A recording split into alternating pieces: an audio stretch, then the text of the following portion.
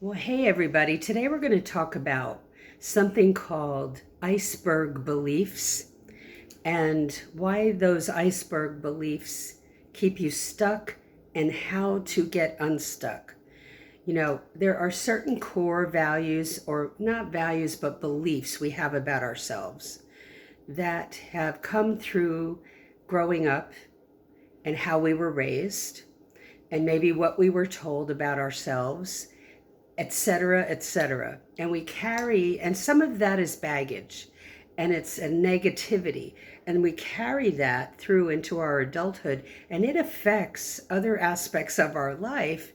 When we're trying to break out of a box, we're trying to achieve something. My own dad thought that when I increased my vocabulary, it was an affront to him, an insult to him, because he went up through sophomore year in high school and then dropped out. And so this always plagued him. And he felt that if your vocabulary was something he couldn't understand, then it was an insult. So I had to overcome that. It wasn't to upstage my dad or anything like that. It was that I was reading a lot as a kid. And then when I went into the legal field, a lot of my family members were mystified by that, okay? So what are your iceberg beliefs? What are those beliefs about yourself?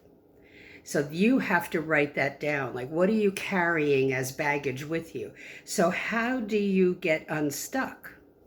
Well, number one, identify where you're stuck. Where are you stuck? What is causing it?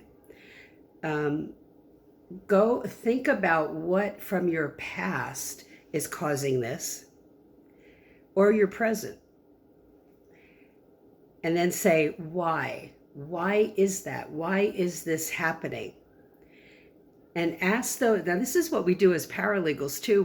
We drill down. We ask questions to find out the truth of the matter. And then so number 3 is ask a question to get the why. Drill down is number 4.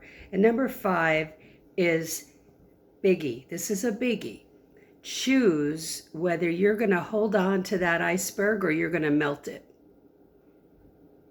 And melting it means you're going to take action and not let anything or anybody stop you from moving forward. You can do this. All right? Have a great day. I'd love to hear your comments, so feel free to share.